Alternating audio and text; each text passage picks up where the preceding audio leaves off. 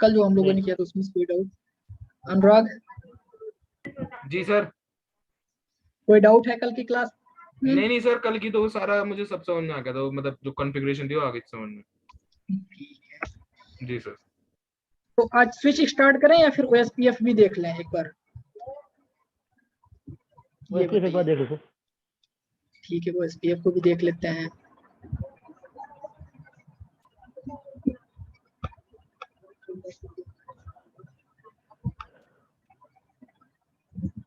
तो OSPF stands for OSPF. It stands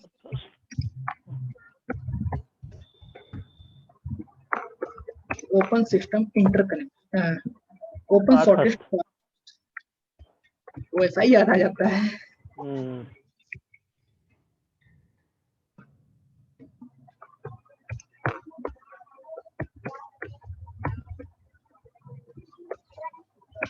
तो OSPF में हम ये चीज देखेंगे, ओवरव्यू इस बार देख रहे हैं, ठीक है। OSPF की एडी वैल्यू पता है? एडी क्या होती है OSPF की? OSPF की एडी वैल्यू एडमिनिस्ट्रेटिव डिस्टेंस 100। यहाँ पे जो मैट्रिक कैलकुलेशन होता है वो किस बिहाफ पे होता है? Matric calculation. सर कल वाली रिकॉर्डिंग शेयर नहीं करी सर आपने? मैं वो कर देता हूँ, कर देना थोड़ी देर बाद। ठीक है। यहाँ पे जो मैट्रिक कैलकुलेशन होती है वो कॉस्ट होती है हमारी। कॉस्ट में जैसे कि हम कौन सी लिंक को यूज कर रहे हैं उसकी कॉस्ट क्या आती है, बैंडविड्थ क्या होती है, मैट्रिक कैलकुलेशन में हम कॉस्ट को यूज करते हैं। Okay sir. ठीक है जी सर। और यहाँ पे नेबरशिप कुछ क्राइटेरिया होती है।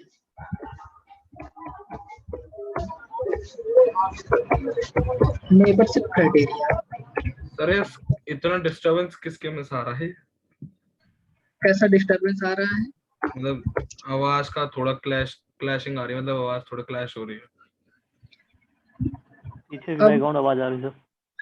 बहुत ज्यादा आ रही है सर बैकग्राउंड में। कुत्ते भौंक रहे हैं। अच्छा, अभी भी आ रही है? नहीं सर इतनी नहीं आ रही, इतनी तो मतलब हल्की सी है अब तो। ठीक, तो देखिए नेबरशिप क्राइटेरिया क्या होना चाहिए यहाँ पे?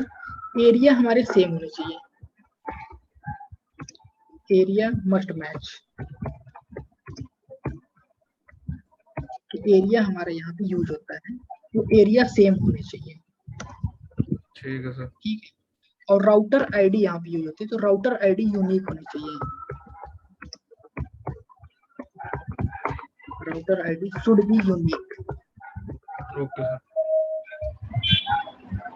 ठीक है, इसके बाद हमारा आता है सबनेट। यहाँ पे जो नेटवर्क होना चाहिए वो भी सेम होना चाहिए, सबनेट शुड बी सेम। मतलब आईपी अलग अलग हो सकता है ना, लेकिन जो मतलब क्लास है वो सेम होनी चाहिए।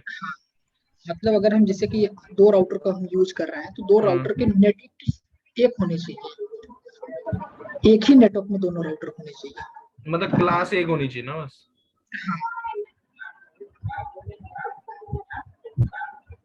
तो ये नेबरशिप क्राइटेरिया आते हैं हमारे। अब हम इनको एनेबल करके देखेंगे, ठीक है, कि हम इसको एनेबल कैसे करते हैं। जी सर। तो आते हैं पैकेट ट्रेसर पे।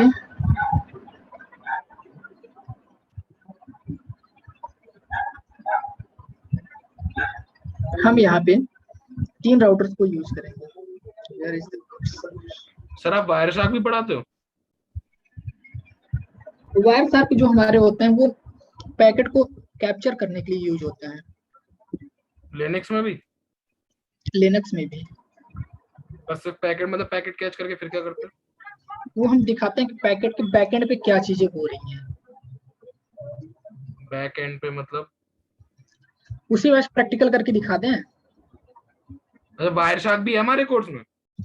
नहीं, वायरशार्क तो नहीं है, बट अगर रिक्वायरमेंट हो तो मैं करके दिखा दूं। बता दो सर। वायरशार्क उसमें है, पेंटेस्टिंग में है। हाँ, अब पीटी में तो मुझे पता है, पीटी में है वो नेटवर्क टेस्टिंग के लिए यूज होता है ना सर? है सर? मैं वही हाँ, मैं वही करके दिखा देता हूँ। उसके लिए हमको जीएनएस को ऑन करना पड़ेगा। नहीं मतलब नेटवर्क टेस्टिंग के लिए ऑन होता है ना वो तो। हाँ, वो नेटवर्क वैसा टेस्टिंग के लिए। तो पीटी भी आप पढ़ाओगे सर, कोई और पढ़ाएगा? नहीं, पीटी के लिए दूसरे ट्रेनर होंगे। अच्छा, वो सब मतलब वो पूरा पीटी पढ़ाएंगे? तो जो एथिकल हैकिंग पढ़ाएंगे वही पीटी पढ़ाएंगे शायद। हाँ, नहीं है।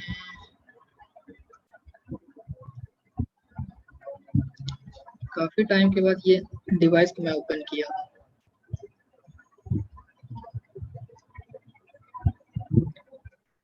इस पे आज नहीं हो पाएगा ये प्रैक्टिकल्स। पैकेट ट्रेसर पे करना पड़ेगा। अरे छोड़ो सर, उसी पे बता दो।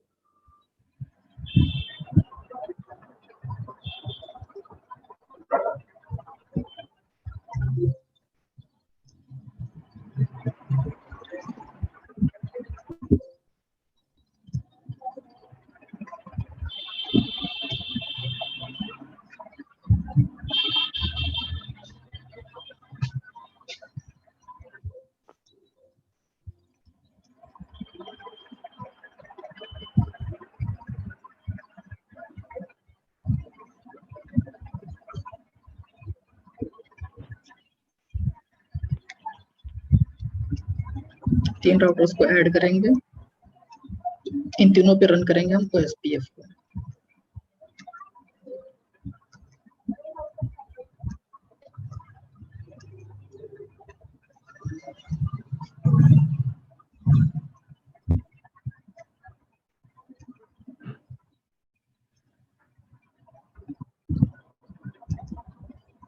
पहले आईपी एड्रेसिंग कर लेते हैं। जी sir.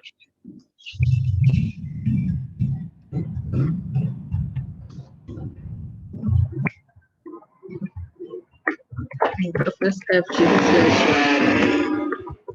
IP address 192.168.1.1.0 no shutdown. Exit. Sir screen freeze है आपकी। कंफ्यूज्ड है। जी सर, स्क्रीन फ्रीज है आपकी।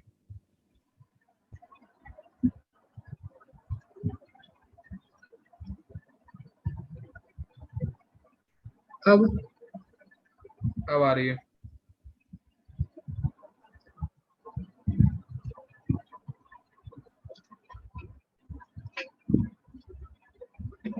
ठीक है। कौन पिक्टी 0 होस्ट नेम इसको कर देते हैं R1। ठीक है।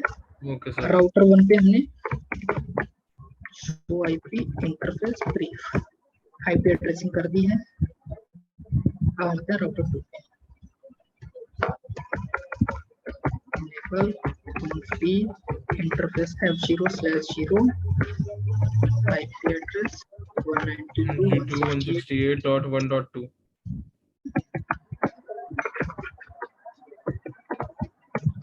इसको भी बोलते हैं shutdown. Host name R2 R1 sorry R2 हो जाएगा। R2 ये हो जाएगा। Interface F0/1 IP address 192.168.2.1। सही है, याद हो गया? हाँ हो गया सर ये तो।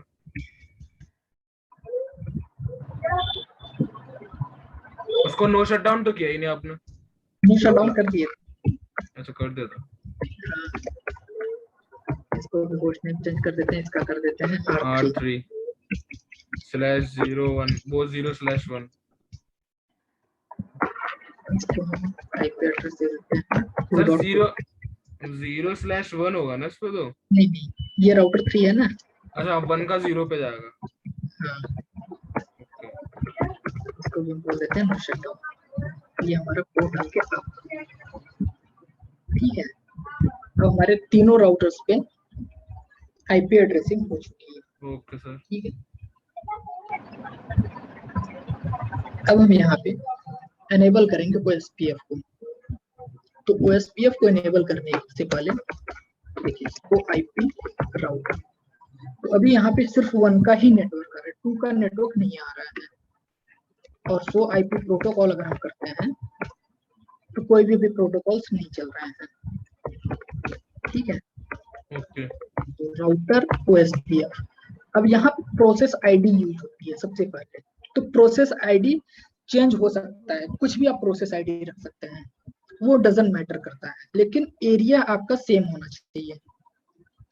तो प्रोसेस आईडी की रेंज ये होती है हमारे पास। मतलब जो ब्रॉडकास्ट आईडी है वो एक नहीं, ब्रॉडकास्ट नहीं, एडवर्टाइज नहीं, अभी तो नेटवर्क एडवर्टाइज नहीं कर रहे हैं। यहाँ पे प्रोसेस आईडी ये होती है कि जिससे हम पहचान पाएंगे कि हम इस राउटर पे कौन सी प्रोसेस चला रहे हैं। मतलब जस्ट लाइक पोर्ट नंबर्स। हाँ, प्रोसेस तो यहाँ पे आईडी एक तरीके से पोर्ट नंबर है। हाँ, तो यहाँ पे हम प्रोसेस आईडी 1 यूज कर रहे हैं, ठीक है। ठीक है अब यहाँ पे जो नेटवर्क इंफॉर्मेशन देंगे 1.0। अब इसका वाइल्ड कार्ड मास्क देते हैं। वाइल्ड कार्ड मास्क हमारा होता है सबनेट मास्क का जस्ट अपोजिट। जो बिट ऑन रहेगा यहाँ पे ऑफ हो जाएगा, जो ऑफ रहेगा वो ऑन हो जाएगा। तो फर्स्ट के जो हमारे 3 ऑक्टेट की बिट है वो ऑन है, तो यहाँ पे मैं ऑफ कर दूंगा उनको 0.0.0.255, क्योंकि ये 255 सबनेट मास्क रिवर्स हो गया, क्लास 1 का बन जाएगा। हाँ, क्लास ए का नहीं, इसको हम ये भी नहीं बोल सकते। ये हमारे जो वाइल्ड कार्ड मास्क होते हैं एक्चुअल में ये सिक्योरिटी पर्पस के लिए यूज होते हैं।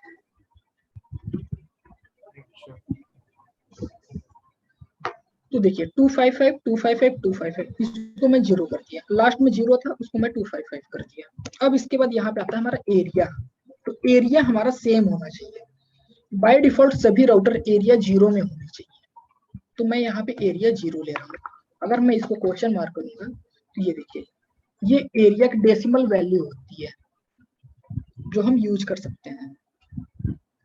और सेकेंड हमारे पास होता है एरिया को हम आईपी एड्रेस में भी दे सकते हैं, लेकिन हम आईपी एड्रेस में ना देके हम एरिया 0 लेते हैं, इसलिए क्योंकि वो अंडरस्टैंडिंग में भी सही रहती है और इजिली अगर हम ट्रबल शूट करना है तो हम इजिली ट्रबल शूट भी कर सकते हैं।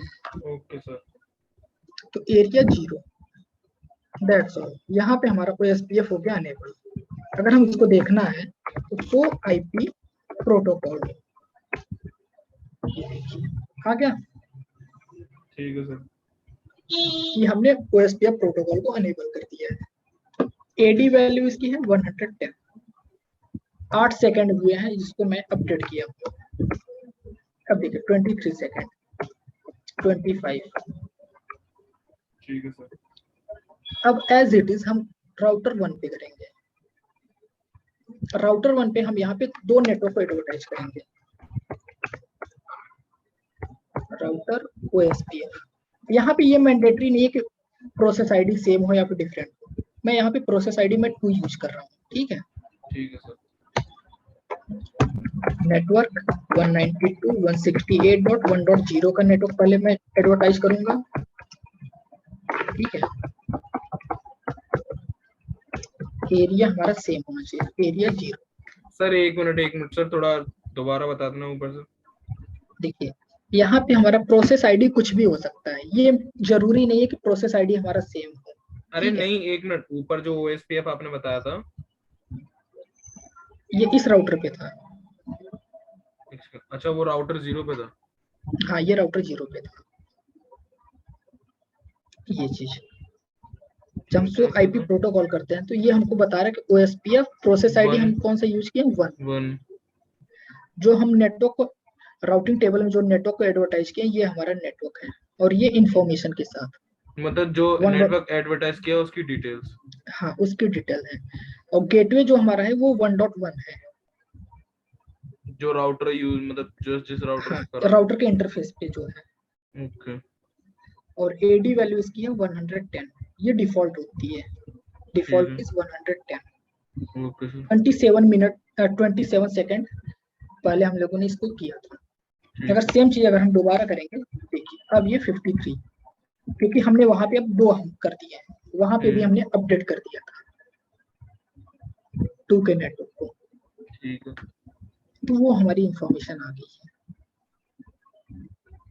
अब हम राउटर 2 पे देखिए, जो कॉन्फ़िगरेशन किया है ये 1 के नेटवर्क को किए, जैसे हम लोगों ने किया ये बता दिया कि हमारा नेबर, NBR का मतलब है नेबर, नेबर हमारा कौन सा है 1.1 है, ठीक है, ऑन फास्ट ईथरनेट 0/0 पे ये है, ये पूरी इंफॉर्मेशन दे दिया। अब दूसरे नेटवर्क एडवर्टाइज करेंगे 2.0, 0.0.255 एरिया 0, ये हमारा एरिया 0 है। अब देखिए शो आईपी प्रोटोकॉल,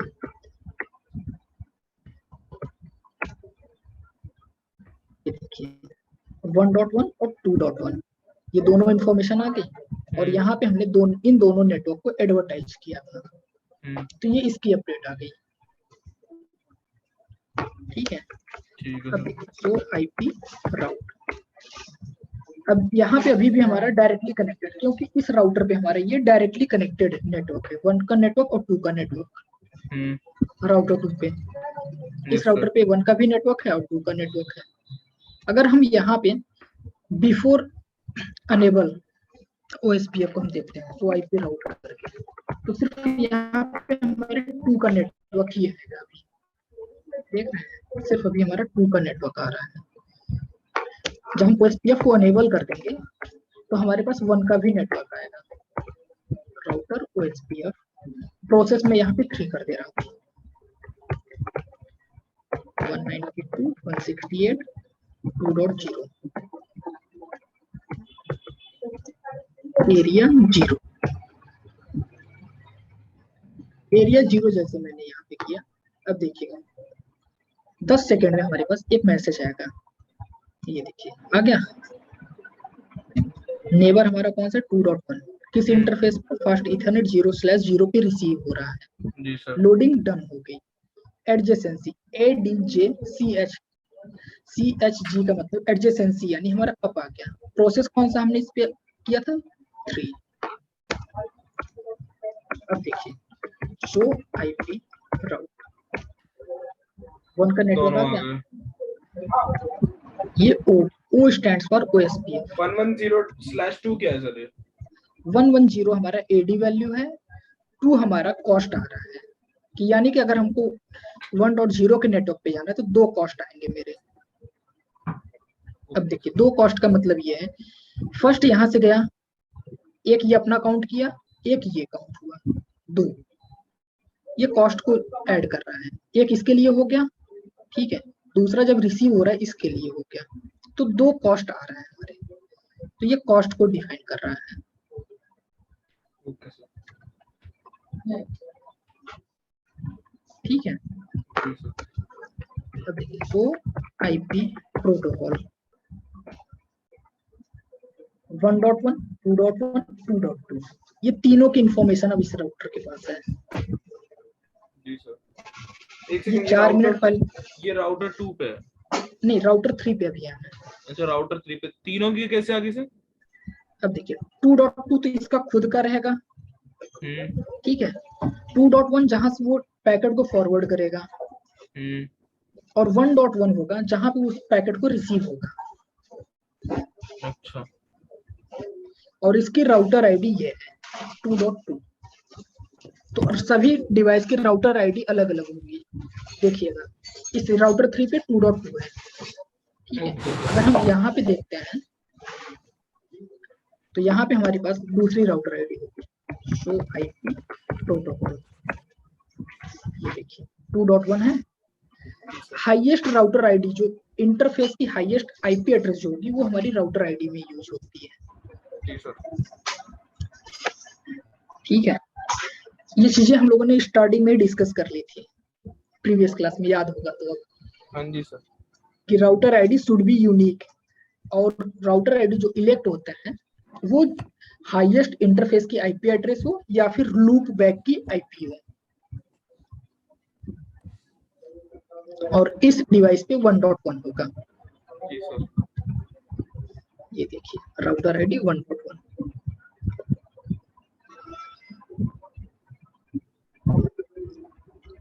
ठीक है, और एक और चीज दिखाते हैं, सो आईपी OSPF नेबर जब हम शो आईपी ओएसपीएफ नेबर करते हैं तो ये हमारे पूरे नेबर की इंफॉर्मेशन देती है कि हमारा नेबर कौन सा है।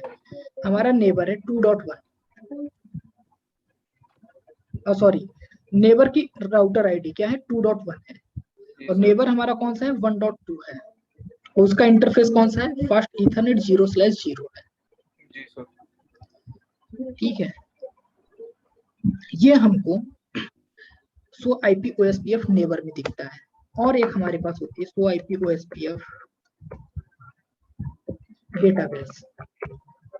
डेटाबेस में ये हमारे जो एलएसए होते हैं, लिंक स्टेट एडवर्टीजमेंट, वो हमारे इंफॉर्मेशन को बताते हैं।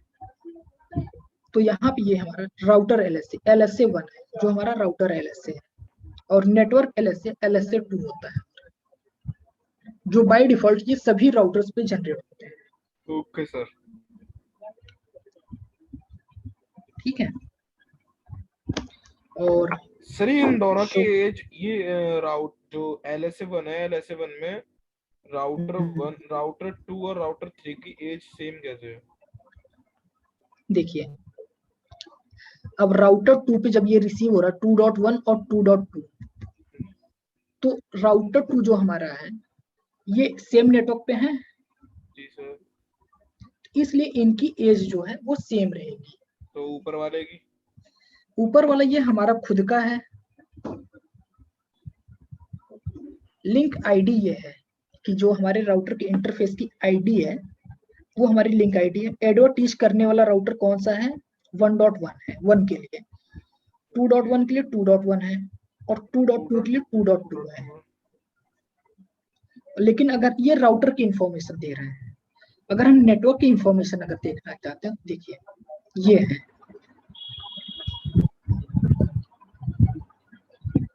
ठीक है,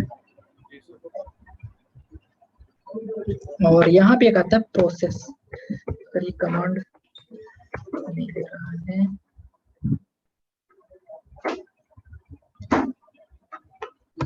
इंटरफेस फास्ट ईथरनेट 0/0, ये देखिए, ये पूरी इंफॉर्मेशन हमें बताएगा कि राउटर आईडी क्या है, ये है, ये हमारा डीआर राउटर है, डेजिग्नेटेड राउटर। बीडीआर हमारा कौन सा है 2.1 है हमारा बीडीआर। इंटरफेस का एड्रेस कौन सा है 1.1 है, और बीडीआर के इंटरफेस का एड्रेस ये है। हेलो टाइम कितना है 10 सेकेंड है, डेड टाइम हमारा 40 सेकेंड होता है। ठीक है, वेट टाइम ये 40 सेकेंड होता है। जैसे कि 10 सेकेंड में अगर हमको कोई भी हेलो मैसेज रिसीव नहीं होता है तो ये 40 सेकेंड तक वेट करेगा, उसके बाद ये डेड कर देता है कि उससे नेबर से अपना ब्रेक कर देता है। और रीट्रांसमिट कितनी बार करेगा, ये 5 बार रीट्रांसमिट करता है। ठीक है, ये जब हम इंटरफेस लिखते हैं तो इंटरफेस में पूरी इंफॉर्मेशन हमारे पास आती है। ठीक है, क्लियर है? हेलो, अब देखिए, अब हम यहाँ पे पिंग करके देख लेते हैं 192.168 और 2.2 को पिंग हमारा सक्सेसफुल हो जाएगा। एक चीज मैं आप लोगों को बताया था कि हम राउटर्स जब पिंग करते हैं तो हमारे 5 पैकेट जनरेट होते हैं, और पीसी से हम पिंग करते हैं तो हमारे 4 पैकेट जनरेट होते हैं। और लिनक्स और पीसी पे हमारे जो होता है टीटीएल वैल्यू वो 128 होती है, और राउटर पे टीटीएल वैल्यू 255 होती है, और लिनक्स पे 64 होती है। हाँ जी। तो ये हुए हमारे ओएसपीएफ तक के रिकॉल हुए। कमांड को मैं लिखवा दूं? लिखवा दो सर।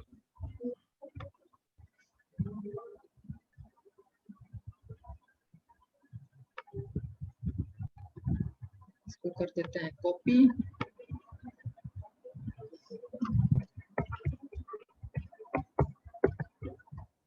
कॉन्फ़िगरेशन। ठीक है, R1 के लिए कॉन्फ़िगरेशन, OSPF1, फिर उसके बाद हम यहाँ पे नेटवर्क को एडवर्टाइज करते हैं।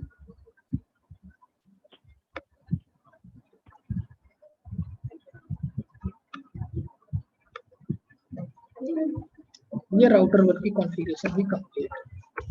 यहाँ पे हम आईपी एड्रेसिंग का नहीं करवा रहे हैं, ठीक है।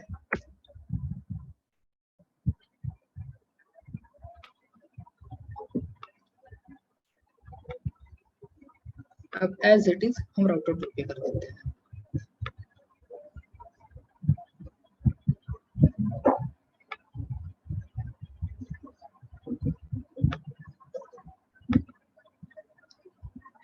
पेस्ट और हम आते हैं नेटवर्क 1.0 का नेटवर्क, क्योंकि यहाँ पे हमारे दोनों नेटवर्क कनेक्टेड हैं, तो हम दोनों नेटवर्क को यहाँ पे एडवर्टाइज करेंगे, ठीक है।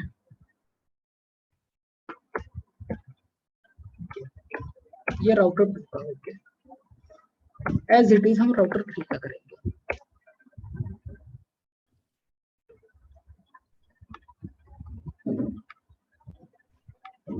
OSPF की कमांड लिख रहे हो ना सर आप?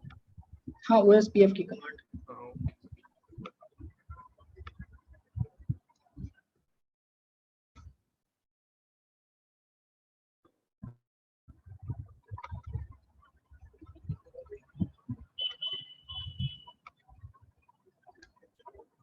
ये हुआ हमारा कॉन्फ़िगरेशन कंप्लीट। और देखिए, अब शो कमांड लिख देता हूं मैं, ठीक है। शो कमांड में हम कौन कौन से कमांड को हम रन किए हैं, ठीक है। तो show IP protocols, show IP protocol से हम ये चेक कर सकते हैं कि हम कौन से प्रोटोकॉल को यूज कर रहे हैं,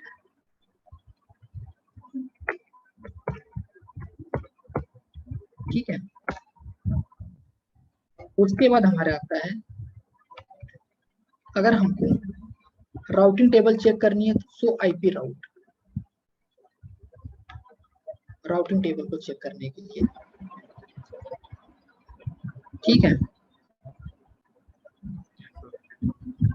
जी और उसके बाद अगर हमको नेबर टेबल चेक करनी है कि हमारा नेबर कौन सा है, उसके लिए हमारे पास कमांड होती है शो आईपी ओएसपीएफ नेबर,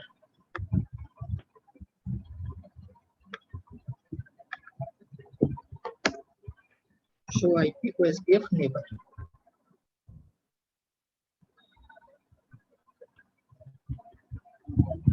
और डेटाबेस को, जो हमारे एलएसए जनरेट होते हैं, एलएसए को चेक करने के लिए शो आईपी ओएसपीएफ डेटाबेस,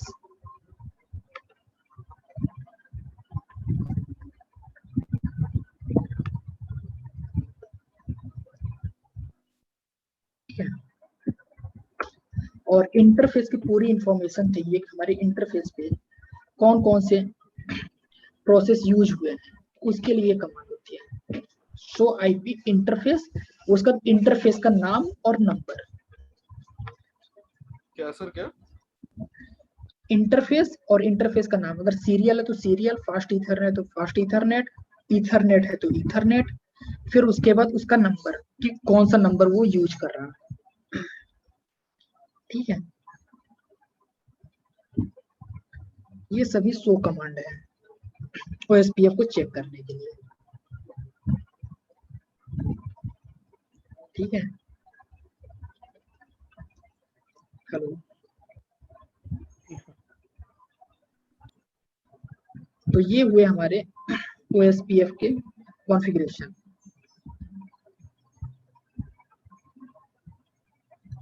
अब इसमें कोई डाउट? ये बताइए, हम लोगों ने डीएससीपी कर लिया था?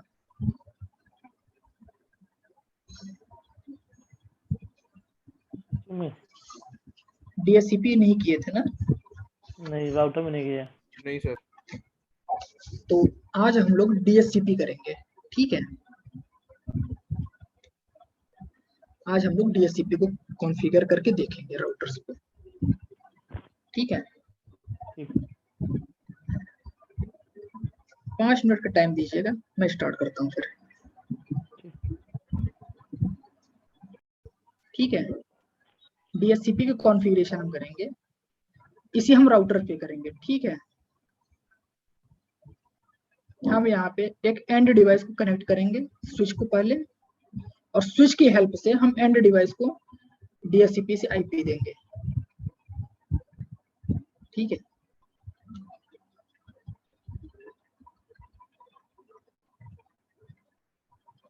ये हमारे 4 एंड डिवाइस हैं। इनको जो हम IP देंगे यहाँ पे DHCP की हेल्प से हम देंगे।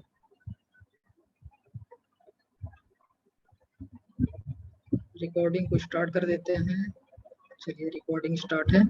तो देखिए अब इनको हम करते हैं पहले connect.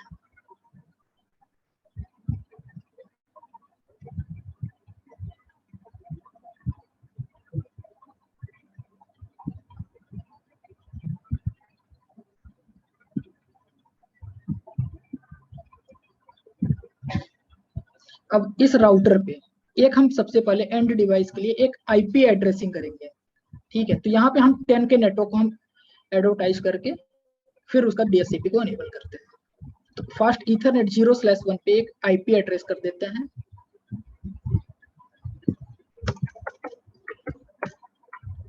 कॉन्फी interface fast Ethernet 0/1 IP address. यहाँ पे हम 10 के नेटवर्क को यूज कर रहे हैं। ठीक है, इसको हम बोलते हैं नो शटडाउन। और राउटर OSPF प्रोसेस 1 जो नेटवर्क एडवर्टाइज करना है 10 सर एक सेकंड रुकना। हाँ,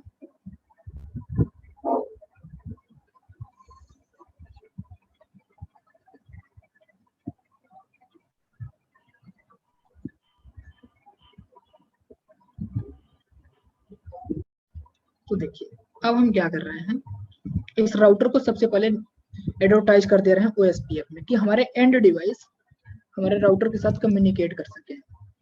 ठीक है, तो 0.255.255.255 एरिया 0। सर पहले ठीक IP है। एड्रेसिंग करनी पड़ेगी DHCP के लिए।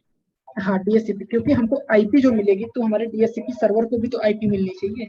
अच्छा उसके बाद OSPF एनेबल करेंगे। OSPF में मैंने यहाँ पे एडवर्टाइज कर दिया है, ये देखिए, ये हम OSPF में इस नेटवर्क को एडवर्टाइज DHCP नेटवर्क को एडवर्टाइज कर दिए, क्योंकि हमारे एंड डिवाइस हमारे राउटर के साथ कम्युनिकेट करें, इसलिए हमने इस नेटवर्क को भी एडवर्टाइज कर दिया। ठीक है, अब हम यहाँ पे DHCP को हम अनेबल अप कर रहे हैं। ठीक है, तो इसके लिए कमांड होती है IP DHCP पूल। पूल के बाद हम यहाँ पे नाम देते हैं, हम जो नाम देना चाहें हम दे सकते हैं। तो मैं यहाँ पे नाम दे रहा हूँ फ्रंट। ठीक है, फिर उसके बाद हम नेटवर्क को एडवर्टाइज करेंगे, जिस नेटवर्क की हमको IP देनी है, यानी 10 के नेटवर्क में ये IP आनी चाहिए एंड डिवाइस को, तो हम 10 के नेटवर्क को एडवर्टाइज कर देंगे 10, फिर इसका सबनेट मास्क। That's all. अब यहाँ पे मैंने पूल भी बना दिया और नेटवर्क। DHCP इनेबल करने का था मैं एडवर्टाइज नेटवर्क का IP और सबनेट मास्क डालना पड़ेगा। हाँ, क्योंकि हमको इसी नेटवर्क से तो IP चाहिए हमको एंड डिवाइस को, इसलिए इस नेटवर्क को हम एडवर्टाइज कर रहे हैं। क्योंकि जो हमारे एंड डिवाइस है ये 10 के नेटवर्क में है, ये 10 के नेटवर्क में है, तो इस 10 के नेटवर्क में ही एंड डिवाइस को IP चाहिए, इसलिए हम यहाँ पे 10 के नेटवर्क को एडवर्टाइज कर रहे हैं। अब नेटवर्क को तो दे दिए, अब डिफॉल्ट गेटवे भी चाहिए, इसके लिए हमारे पास होती है कमांड डिफॉल्ट राउटर। तो हमारा डिफॉल्ट राउटर जो गेटवे होगा वो 10.1 होगा। That's all. यहाँ पे DHCP हो गया कॉन्फ़िगर। अगर हम यहाँ पे देखते हैं सो IP DHCP पूल, ये हमारे पास, ये देखिए पूल का नाम क्या है, क्रोम। अभी यूटिलाइज नेटवर्क में अभी हम लोग कोई भी यूटिलाइज नेटवर्क नहीं कर रहे हैं। करंट में अभी हमारा जो चल रहा है वो 10.1 है। ठीक है, जो उसका सबनेट मास्क है ये आया हुआ है, यानी एक IP को अभी हमने कोई यूज किया है। और हमारे पास कितने टोटल IP हैं, ये 1,67,77,214 IP अभी भी है हमारे पास, क्योंकि क्लास A की ये IP है, तो ये हमारे पास टोटल एड्रेस है। ठीक है, अब एंड डिवाइस पे हम डीएचसीपी को हम आईपी देते हैं। तो डीएचसीपी पे जैसे हम लोग यहाँ पे क्या करते थे, एंड डिवाइस पे हम लोग स्टैटिक आईपी देते थे। अब ये देखिए, ये डीएचसीपी से हम देंगे। डीएचसीपी जब आप एनेबल्ड करेंगे तो देखिए 10.2 आ गया, डीएचसीपी रिक्वेस्ट सक्सेसफुल 10.2, और गेटवे क्या हो गया हमारा 10.1। एज इट इज हम यहाँ पे करेंगे।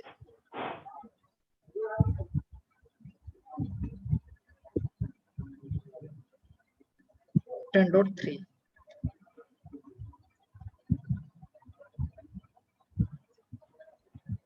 इसको मिल गया 10.4। डीएचसीपी के अभी थ्योरी ऐसा करेंगे, बाद में कर लेंगे थ्योरी, ठीक है। थ्योरी बहुत ही छोटा सा है, 10.5। अब हम यहाँ से किसी को भी पिंग कर सकते हैं। ये देखिए पिंग मैं कर रहा हूँ किसी भी 2.2 डिवाइस से किसी को भी पिंग कर सकते हो। हाँ 2.2, यानी मैं इस राउटर को मैं पिंग कर रहा हूँ, ठीक है। राउटर 3। हाँ राउटर 3 को, ये देखिए पिंग हो रहा है। अगर मैं चाहता हूँ कि मैं एंड डिवाइस को ही पिंग करूँ, मैं इसको भी पिंग कर सकता हूँ। मैं 10.5 को कर रहा हूँ, ये देखिए। अब मुझे देखना है कि कौन कौन सी आईपी यहाँ पे रिजर्व हुई है डीएचसीपी से, और उनका मैक एड्रेस क्या है। उसके लिए हमारे पास कमांड होती है शो आईपी डीएचसीपी बाइंडिंग।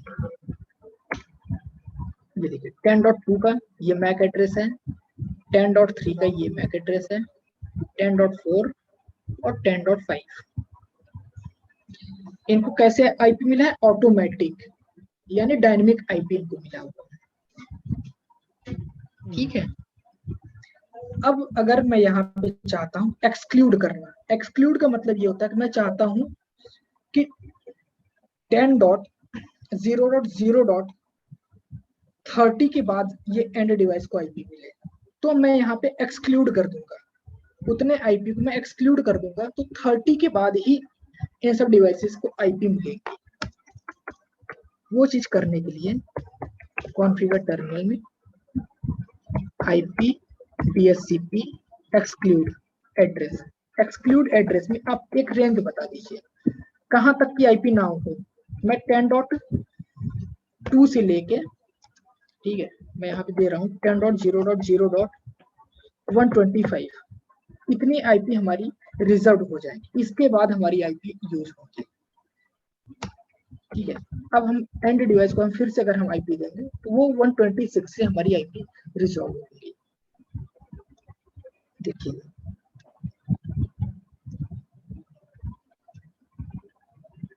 अरे एक मिनट रुकना। अब यहाँ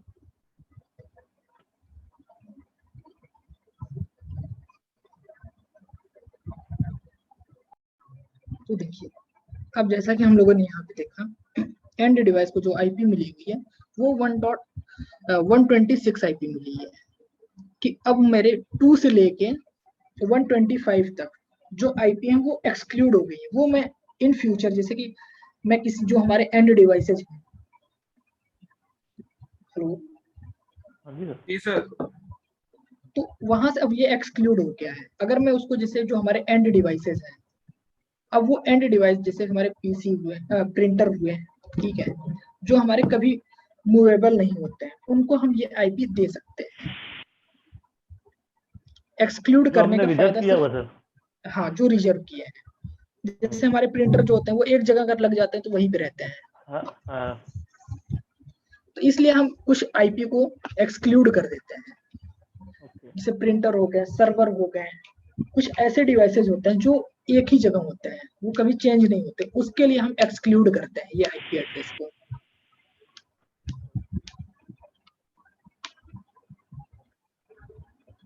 ठीक है,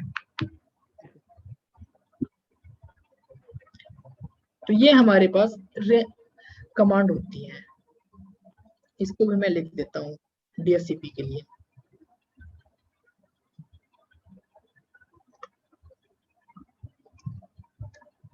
DHCP। इसके थ्योरी कर लेते हैं थोड़ी सी। It stand for dynamic host configuration protocol.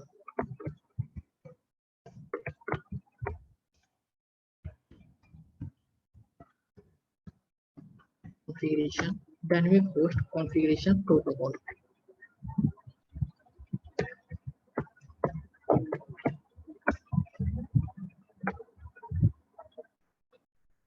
It is a layer 7 protocol.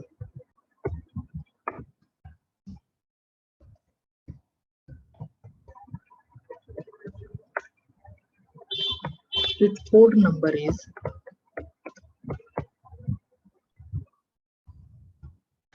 67 for server and 68 for client। ठीक है, इसमें हमारे दो पोर्ट नंबर होते हैं 67 और 68। 67 हमारे पास सर्वर के लिए होता है और 68 जो होता है वो क्लाइंट के लिए होता है। ठीक है, इट हैव 4 मैसेज।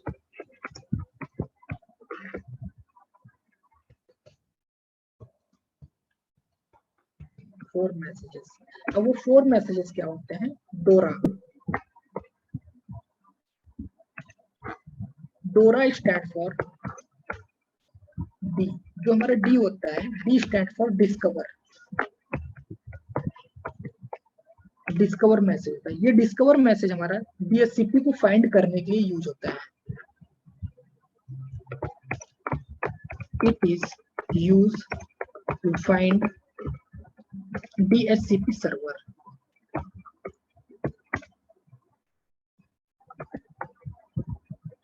ठीक है, उसके बाद हमारा आता है O stand for offer. Offer जो यूज होता है, ऑफर में हमारे पास एक आईपी एड्रेस की ऑफर आता है क्लाइंट के पास। It is use to offer an IP address for client। Offer reserve area. हाँ, ये एक IP एड्रेस को ऑफर करता है क्लाइंट के लिए। फिर उसके बाद आता है हमारा R स्टैंड फॉर रिक्वेस्ट।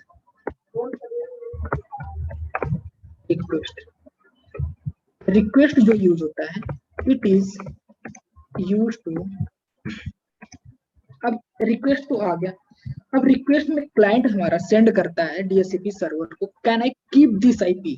जो वो ऑफर में वो आईपी एड्रेस दिया रहता है, उस एड्रेस को वो रखने के लिए रिक्वेस्ट करता है फिर से कि एक बार आप कंफर्म कर दीजिए कि मैं इस एड्रेस को रख सकता हूं कि नहीं। It is use to confirm that IP address. मैं उस आईपी एड्रेस को रख सकता हूं कि नहीं, उसके लिए रिक्वेस्ट करता है हमारा क्लाइंट, हमारा करता है। ठीक है, फिर उसके बाद हमारा था ए स्टैंड फॉर एक्नॉलेजमेंट।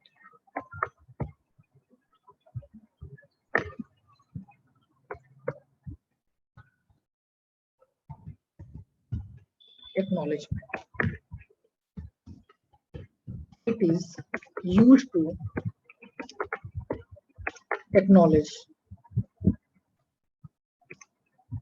अब ये रिक्वेस्ट तो कर दिया, अब हमारा डीएचसीपी सर्वर जो होता है वो एक्नॉलेज कर देगा, हाँ ठीक है आप रख लीजिए फॉर क्लाइंट। ठीक है, ये हमारे 4 मैसेजेस होते हैं डीएचसीपी में। क्लियर है? जी सर, डोरा प्रोसेस में होता है। ये डोरा प्रोसेस में हमारा होता है। ये हमारा डीएचसीपी और ओएसपीएफ हुआ कंप्लीट। तो कभी कभी ऐसा भी होता है डोर प्रोसेसिंग काम नहीं करता है, हाँ। ब्रेक होता है। हाँ, उस चीज को अब करेंगे हम लोग।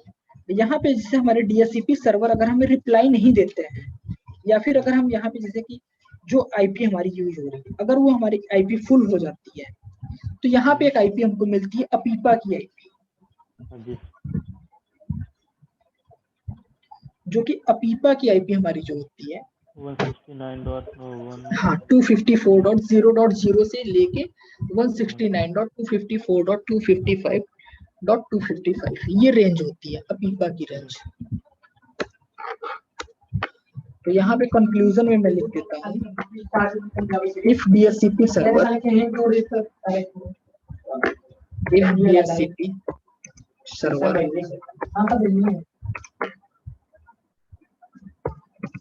do not reply, then APIPA IP is allocated on end devices.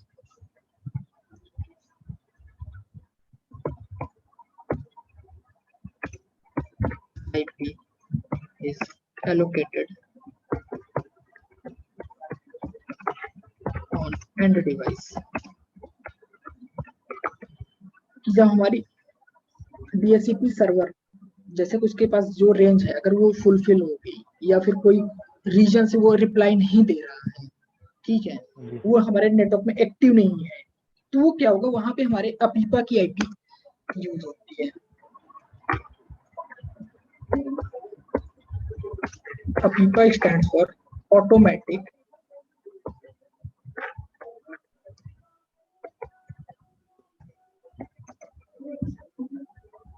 Private IP address. It's range, इसकी रेंज होती है वो 169.254.0.0 169.254.255.255 ये रेंज होती है, ठीक है। अपीपा की आईपी में कभी भी आपको डिफॉल्ट गेटवे नहीं मिलेगा। जैसे देखिए अभी अब मैं यहाँ पे DHCP को मैं डिसेबल कर रहा हूँ, ठीक है,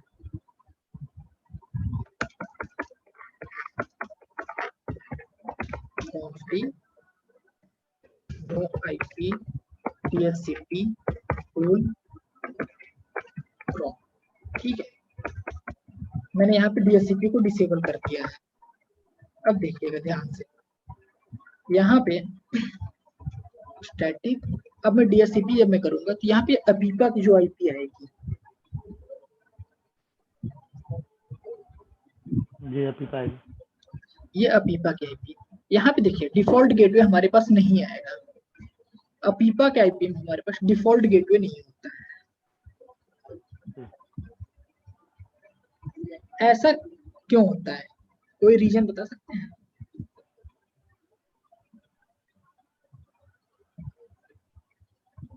क्योंकि वो एक अपीपा कॉमन सर आईपी वही है। कहता है स्विच के थ्रू जो है, स्विच का अपने आप ब्रॉडकास्ट कर देता है क्योंकि ये स्विच पे आईपी होता है।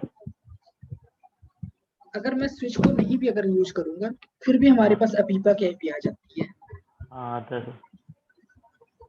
अपीपा की आईपी के पास डिफॉल्ट गेटवे इसलिए नहीं होता क्योंकि ये इंटरनेट के साथ एक्सेसिबल नहीं होती है, ये इंटरनेट के साथ कम्युनिकेट नहीं कर सकती है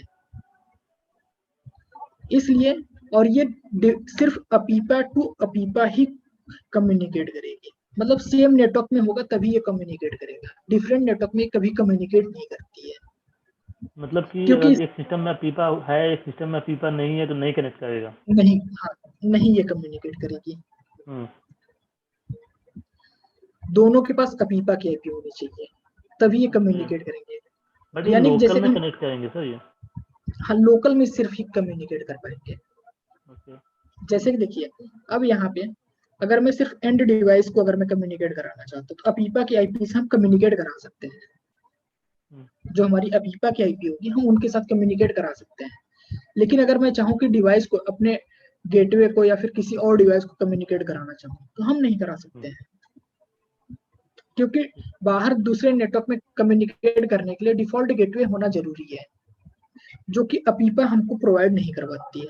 जैसे कि यहाँ पे देखिए, अपीपा से हमको डिफॉल्ट गेटवे नहीं मिलता है और ना ही इम्प्लीमेंट करने के लिए ये चीज आएगी।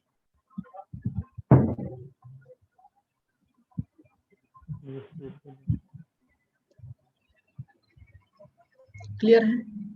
जी जी सर। अब हम यहाँ पे DHCP को इनेबल कर देते हैं। IP DHCP pool. और सर अगर किसी सिस्टम में अपीपा का आईपी ऑटोमेटिक ले लिया, ठीक है, हाँ, वो सिस्टम में आईपी हटेगा नहीं जब तक उस सिस्टम को रिस्टार्ट ना करें, सपोर्ट नहीं डाटा उस स्विच को या राउटर को रिस्टार्ट ना करें। नहीं उसके लिए जैसे देखिए यहाँ पे अब ये तो हो गया है, ठीक है। अब हम यहाँ पे स्टैटिक को करके फिर से अगर हम DHCP करेंगे तो वो हो जाएगा। ओके, तो मतलब यही हुआ कि एक हिसाब से कि या तो हाँ डिसेबल कर दो, डिसेबल कर हाँ इनेबल कर दो। हाँ, देखिए अभी भी हमारा क्या ले रहा है, अपीपा की IP ही ले रहा है, क्योंकि अब यहाँ पे हम लोगों ने सबसे पहले इसको डिसेबल कर दिया था। अब डिसेबल करने के बाद अभी अब हमको फिर से पूरी कॉन्फ़िगरेशन करनी पड़ेगी अब। आईपी नहीं दिया इसे। हाँ, अगर हम यहाँ पे शो IP DHCP पूल अगर हम करके देखते हैं तो हमारे पास तो कोई ये IP रेंज नहीं तो है। आ रही है, लेकिन कोई पूल नहीं आ रहा है। जैसे देखिए शो IP DHCP बाइंडिंग, देखिए यहाँ पे भी हमारे पास कोई वो नहीं आ रहा है, कोई पूल भी नहीं आ रहा है कि हम किस नेटवर्क को करना चाहिए। सिर्फ हमने यहाँ पे पूल से क्रिएट कर दिया, ना तो नेटवर्क दिया है ना कुछ, तो इसलिए हमारे ये एड्रेस नहीं आ रहा है। अब यहाँ पे हमको फिर से पूरी कॉन्फ़िगरेशन करनी होगी DHCP की, तब जाके हम एंड डिवाइस पे DHCP से हम IP दे सकते हैं।